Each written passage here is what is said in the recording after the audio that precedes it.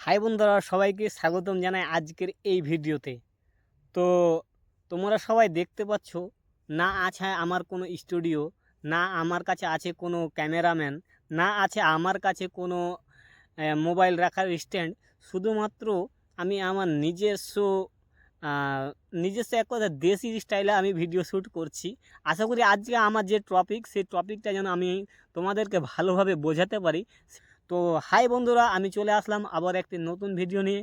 যে টপিক নিয়ে আমি আজকে কথা বলতে চাইছি সেই টপিকটি হলো ভারতের একজন বাঙালি সুপারস্টার, যে মেগা স্টারও বলা যেতে পারে বাংলা ইন্ডাস্ট্রি টলিউডের।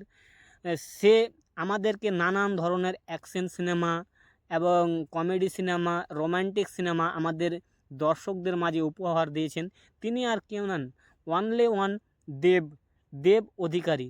তার সম্বন্ধে, তার জীবনের কিছুটা গল্প আমি আপনাদের সংক্ষিপ্ত আকারে আমি বলবো। তো চলুন, ভিডিওটা বেশি লম্বা করব না, চলুন ভিডিওটা শুরু করা যাক। ভিডিওটি শুরু করার আগে আমার চ্যানেলে আপনি নতুন হয়ে থাকলে অবশ্যই চ্যানেলটিকে সাবস্ক্রাইব করবেন এবং নোটিফিকেশনটাও অন করবেন এইরকম নতুন ভিডিও পাওয়ার জন্য। তো চলুন ভিডিওটা শুরু করি। দীপক অধিকারী, যার নাম দেব, জন্ম 25শে ডিসেম্বর 1982, একজন ভারতীয় বাংলা চলচ্চিত্র জগতের অভিনেতা। সেই সঙ্গে তিনি একজন প্রযোজক, সিনেমার কাহিনীর লেখক এবং গায়কও বটে। সম্প্রতি তিনি রাজনীতিতে আত্মপ্রকাশ করেছেন। তার নিজস্ব প্রোডাকশন হাউস রয়েছে, যার নাম দেব এন্টারটেনমেন্ট ভেঞ্চার্স প্রাইভেট লিমিটেড। তিনি টলিউডের বেশি পারিশ্রমিক নেওয়া অভিনেতাদের একজন এবং কলকাতা সিনেমার একজন অন্যতম প্রধান অভিনেতা। চলুন এখন কথা বলবো দেব যে সিনেমা দিয়ে শুরু করেছিল তার নিজস্ব ক্যারিয়ার, সেখান থেকে শুরু করি। প্রথম দেব, তিনি অগ্নিশপথ চলচ্চিত্রের মধ্য দিয়ে বাংলা চলচ্চিত্রে পদার্পণ করেন। তবে চলচ্চিত্রটি ব্যবসায়িকভাবে সফল হতে পারেনি। তারপরে আই লাভ ইউ চরিত্রে পায়েল সরকারের বিপরীতে অভিনয় করেন এবং এই মুভিটি ব্যবসায় সফল হয় এবং তাকে টলিউডে স্থায়ী জায়গা করে নিতে সাহায্য করে। তবে কোয়েল মল্লিকের সাথে যখন তার প্রেমের কাহিনী সিনেমাটি আসে এবং রূপালী পর্দায় আরও বেশি পাকাপোক্ত করে, কিন্তু সমালোচকদের কাছ থেকে ইতিবাচক সাড়া মিলে যখন চ্যালেঞ্জ সিনেমাটি একই সিনেমায় ভালো অভিনয়ের কারণে তিনি আনন্দলোক পুরস্কারের দুটি পুরস্কার পান, সেরা অভিনেতা এবং সেরা অ্যাকশন হিরো হিসাবে পুরস্কার লাভ করেন। অভিনয় ছাড়াও তিনি ভিভেল আইসিটি Limited, Royal Stag, Rikon TMT bars, breakfast biscuit সব কিছু ব্র্যান্ডের বিজ্ঞাপন করেছেন। তিনি জলসা মুভিজের ও গ্ল্যামার ওয়ার্ল্ডের ব্র্যান্ড অ্যাম্বাসেডর। তিনি ডান্স বাংলা ডান্স সিজন 8 এর ক্যাপ্টেনও ছিলেন, যাতে পূর্বে মৃত্যু চক্রবর্তী মহাগুরু হিসাবে ছিলেন। তিনি কলকাতা টাইমস 2013 সালে 25 জন 2014 সালে তিনি মহানায়ক অ্যাওয়ার্ডও লাভ করেছেন। চলুন আজকে তার শুনব ব্যক্তিগত জীবন। মহেশখালী নামক এক দেশপুরে একটি ছোট্ট গ্রামে জন্মগ্রহণ করেন। তার পিতার নাম গুরুদাস অধিকারী এবং মাতার নাম মৌসুমী অধিকারী। দেবের পিতা খাদ্যাদি পরিবেশন সেবা ব্যবসায়ের সাথে জড়িত এবং তার মা একজন গৃহিণী। দীপাবলি নামে একজন বোন রয়েছে। দেবের ডাক নাম হল রাজু। দেব তার শৈশবের বেশিরভাগ সময় তার মামার সাথে চন্দ্রকোনায় কাটান। তিনি বনগ্রার পুরুষোত্তম হাই স্কুল এবং পরে পুনের বিদ্যাপীঠ বিশ্ববিদ্যালয়ে হতে কম্পিউটার প্রকৌশলে ডিপ্লোমা ডিগ্রি করেন। তিনি যাদবপুর এর সাউথ সিটিতে থাকেন। তিনি কিশোর নমিত কাপুর অভিনয় একাডেমি থেকে অভিনয়ের কোর্স সম্পন্ন করেন। টাইমস অফ ইন্ডিয়ার একটি সাক্ষাৎকারে দেব বলেন, বাবার কর্মক্ষেত্রগুলোর মধ্যে শুটিংও স্থলে ছিল। একবার যখন স্কুলে গ্রীষ্মকালীন অবকাশ চলছিল, তখন তার বাবার সাথে তিনি নানা পাটেকার অভিনীত চলচ্চিত্র প্রহার দ্য ফাইনাল অ্যাটাক এর আউটডোর শুটিং দেখতে যান। তার কাছ থেকে সেটা বাবার কর্মস্থলের পরিবর্তে পারিবারিক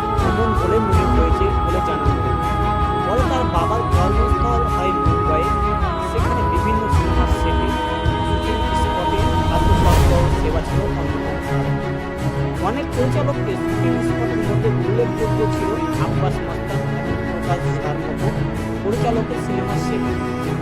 অনেক সময় তার বাবা বিভিন্ন কাজে ব্যস্ত থাকতেন, দেবকে তখন সবকিছু দেখাশোনা করতে হতো তার বাবার পরিবর্তে।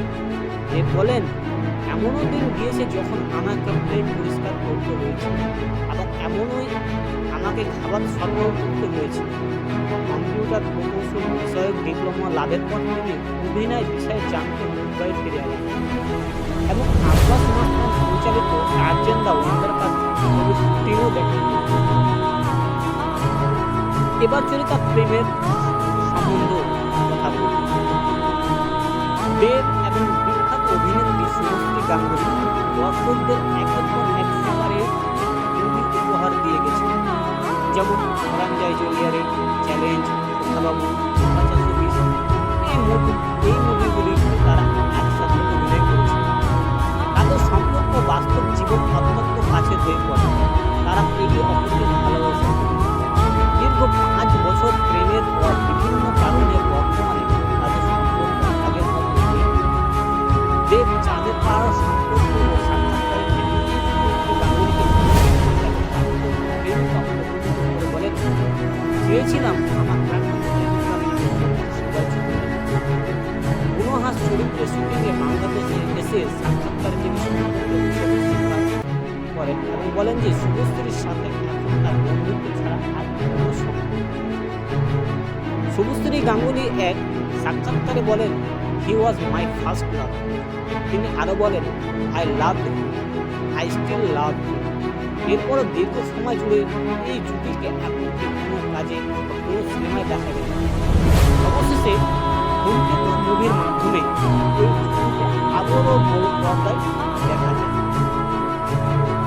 এবং শুভশ্রী গাঙ্গুলি রাজ চক্রবর্তীকে বিয়ে করেন। তারপরে চলুন তার রাজনীতিতে আমরা জানি। দিয়ে 2014 সালে লোকসভা নির্বাচনে তৃণমূল কংগ্রেসের হয়ে নির্বাচনে অংশগ্রহণ করেন তিনি লাভও হন, জয়লাভ করেন। তিনি কেশপুর কেন্দ্র থেকে 1,16,860টি ভোটে জয়ী হন। চলুন তার কর্মজীবনটা আমরা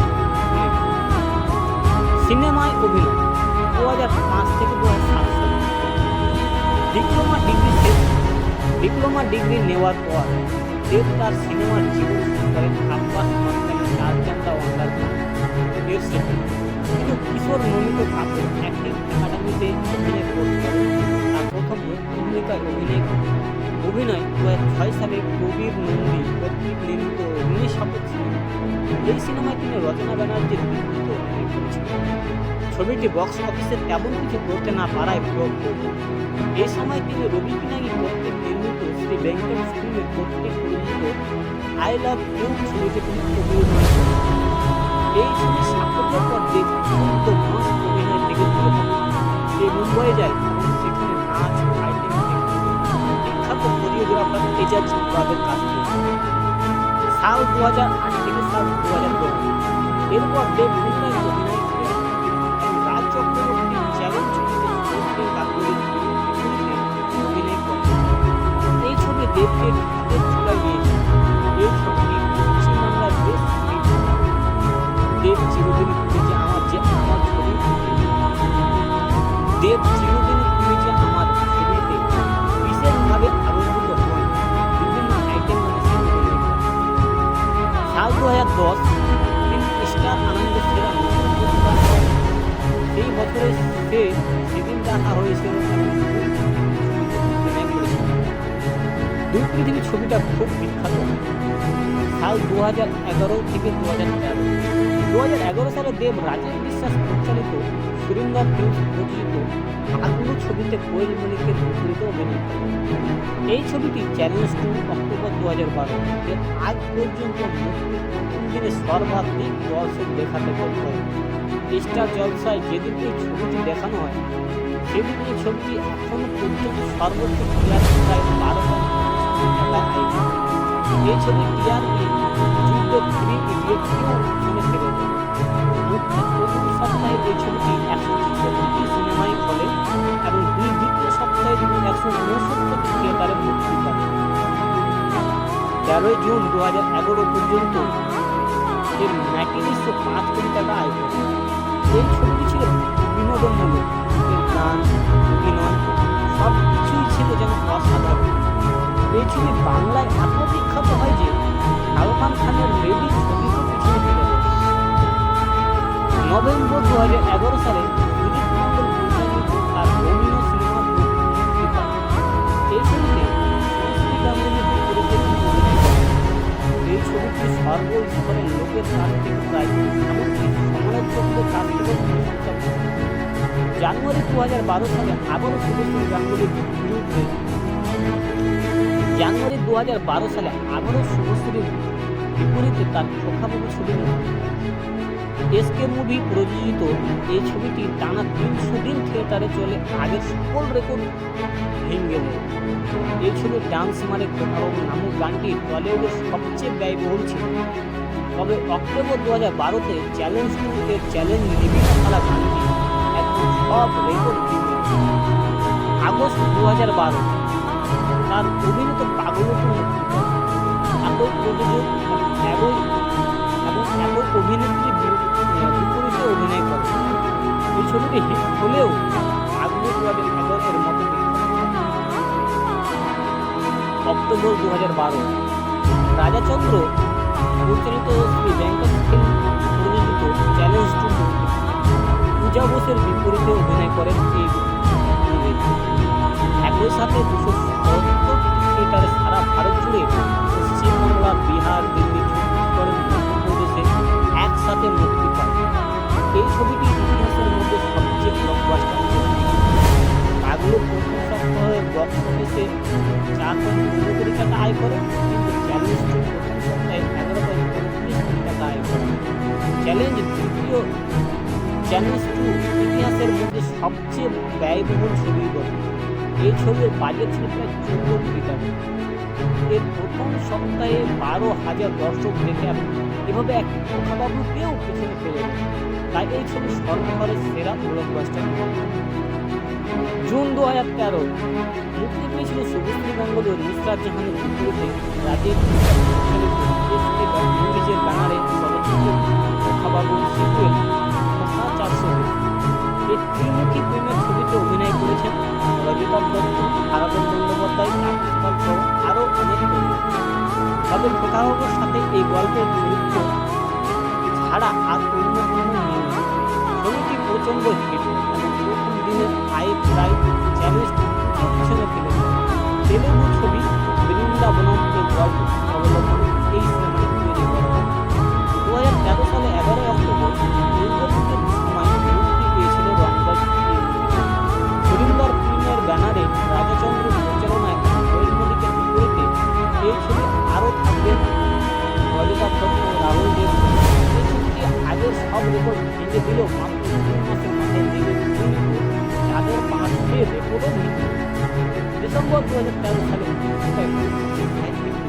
বন্দ্যোপাধ্যায়ের চাঁদের পাহাড় উপন্যাসের উপর ভিত্তি করে কমলেশ্বর মুখোপাধ্যায়ের পরিচালিত শ্রী বেঙ্কট ফিল্মের ব্যানারে চাঁদের পাহাড় চলচ্চিত্র তৈরি হয়। এই ছবিটি শুটিং হয়েছে আফ্রিকা যুক্তরাষ্ট্রে। সিংহের মোকাবেলা ও ব্ল্যাক প্যান্থারের মতো ভয়ানক সাপের সাথে যুদ্ধ সবটাই আছে এই পরিচালক দ্য টাইমস অফ ইন্ডিয়া দেওয়া এই সাক্ষাৎকারে বলেন যে প্রথম থেকে তাদের দেবকে নেওয়ার ইচ্ছে ছিল, কারণ ছবির স্বার্থে এরকম স্কোয়ারকে দেবই তাদের সরকার। এর আগে অনেকে এই ছবিটি নির্মাণ করতে চেয়েছিল, কিন্তু বাজেটের অভাবে তা সম্ভব নয়। এখন পর্যন্ত সর্বোচ্চ বেশি বাজেটের ছবি আগের সব রেকর্ডকে ইতিমধ্যে রেকর্ড করেছে। সর্বস্তরের মানুষ এই চলচ্চিত্রটি ভূয়সী প্রশংসা করেছে। 2014 সাল এরপর তিনি সমরেশ মজুমদারের নির্মিত উপন্যাসের চরিত্রে অভিনয় করেছেন। লেখক নিজেই দেবের নামটি বলেছিলেন। এছাড়া তিনি বেঙ্কট ফিল্মের ব্যানারে মিমি চক্রবর্তীর বিপরীতে রাজ চক্রবর্তীর তার পরবর্তী চলচ্চিত্র যোগদাদা ওয়ারিয়ার শুটিং করেছিলেন। এর সাথে চলছে শ্রী বেঙ্কট স্কুলের ব্যানারে সায়ন্তিকা বন্দ্যোপাধ্যায় ও শ্রাবন্তের বিপরীতে বিন্দাস এই মুভিটি প্রচুর দর্শকভাবে হিট হয়। এবার চলুন তার অতিথি চরিত্র হিসাবে কেমন। দেব বহু চলচ্চিত্রে অতিথি চরিত্রে অভিনয় করেছেন।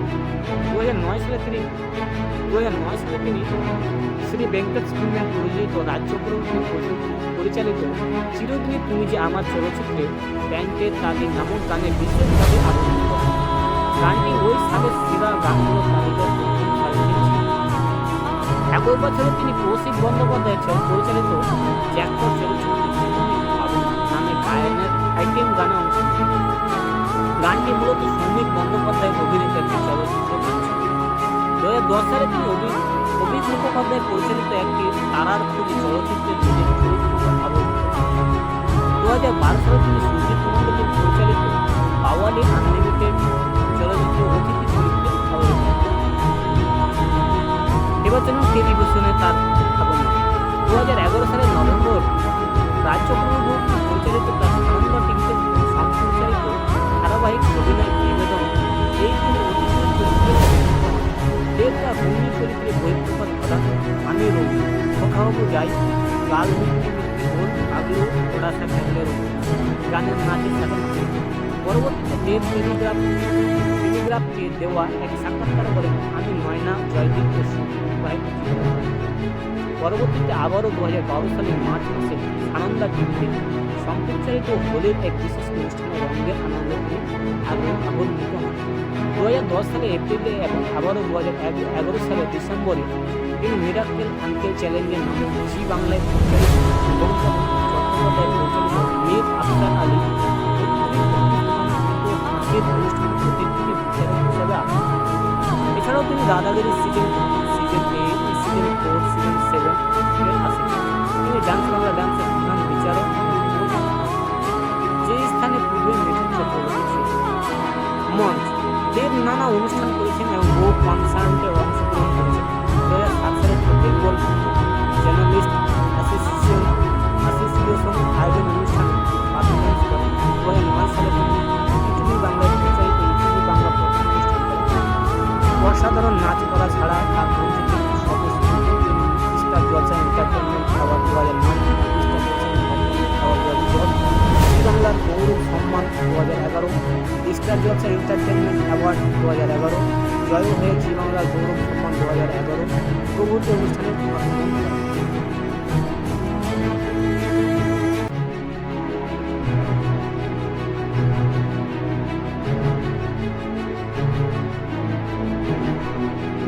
তো বন্ধুরা এই ছিল দেবের মূল আসল কাহিনী।